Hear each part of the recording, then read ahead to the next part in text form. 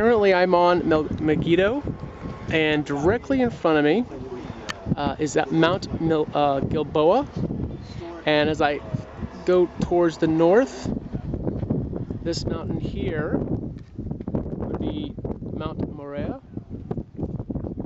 and up here you can barely see it, but what you see, the rounded top hill there, mountain, is Tabor Mountain. This is again facing west, and between Mount Moriah and Mount Gilboa would be the Herod Valley, so it's right in between. If I scroll out here, you could see Mount Gilboa, Mount Moriah, and between them Herod Valley, and that's where the Herod Pass would come from.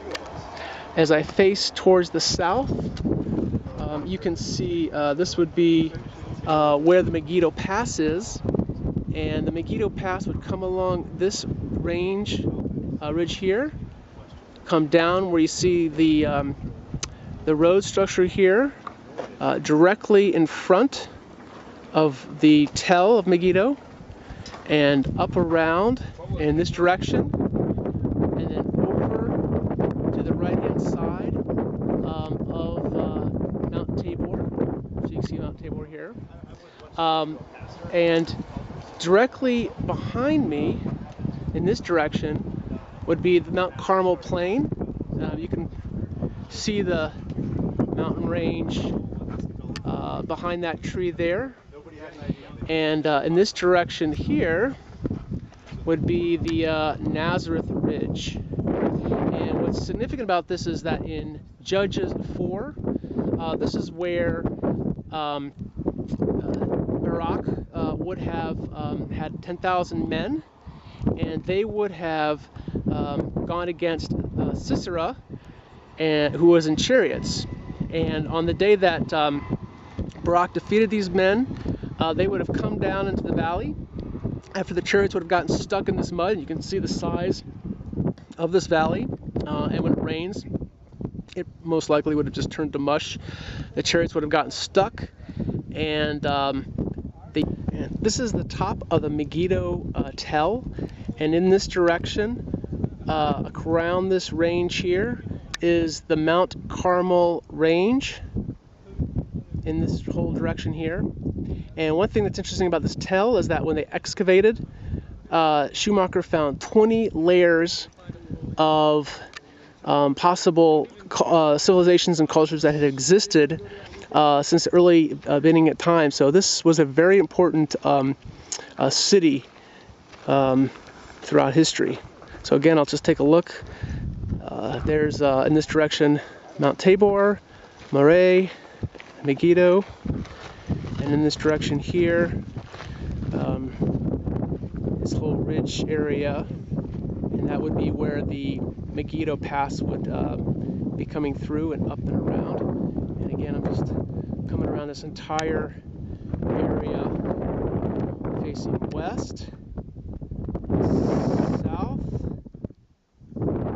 east, and south. Okay. Currently I'm looking at this, I'm on Megiddo, the Tell of Megiddo, and I'm looking towards the stables, or what they would consider the stables. However, there are some theories that refute this, that they are stables.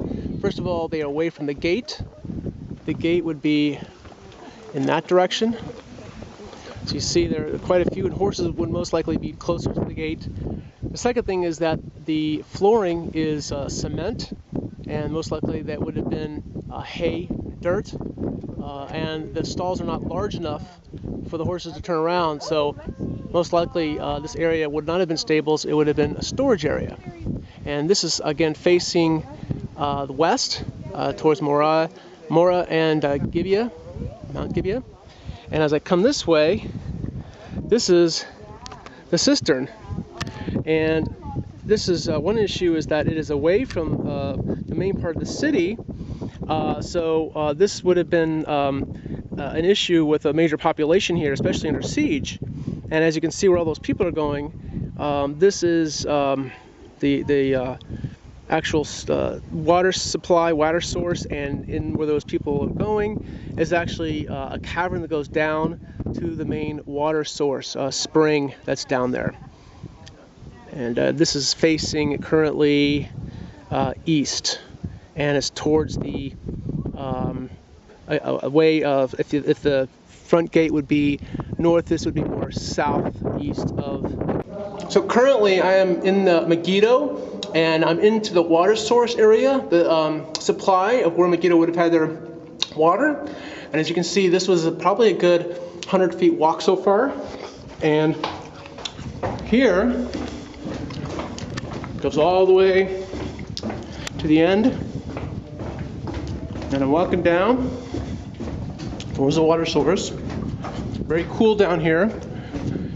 Much cooler than the above Megiddo, where we were on the top of the tell, which is about 100 degrees at this time, in about late June time period. And as I walk through, this would be the base of where the water source would be. And again, now we're going back up on the other side of where this water supply would be. And as we walk up, to give you an idea, this Megiddo spring, you can return to the entrance via the other two routes. There's 183 steps and reach the entrance via the archaeological site. So this is what I was just reading the sign, and you can see the distance going up, the depth of this water supply.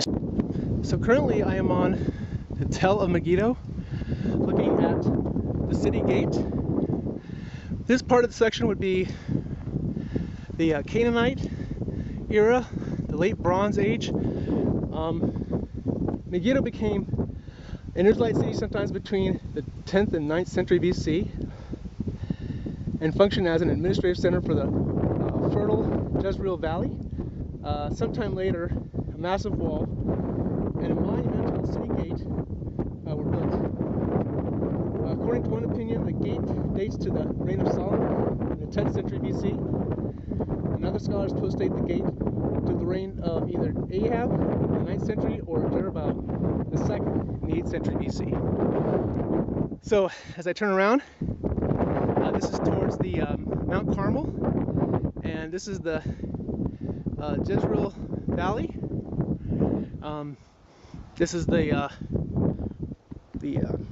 pointing towards the eastern side of it.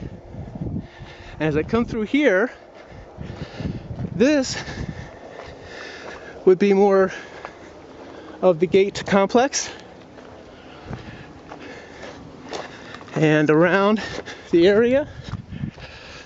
So you can see you have to kind of wind through it. And as you come up here, you'll see the walls and the other area that the gate would have been back in the days of Solomon. So going up towards from Megiddo, we stopped along the road, and this is a 1st century type of tomb. You can see the size of the tomb. It's one that Jesus would have been in, similar to this, where the tomb stone was rolled in front of the door. And inside, you'll notice the different tombs that would have been down here and the different sections within this tomb. So just giving a brief outline, this is probably one of the most closest depictions of what the inside of the tomb would look like. And the stone itself, just to give you an idea, this is my hand. So it's not a huge stone that would need to be rolled in front of the door.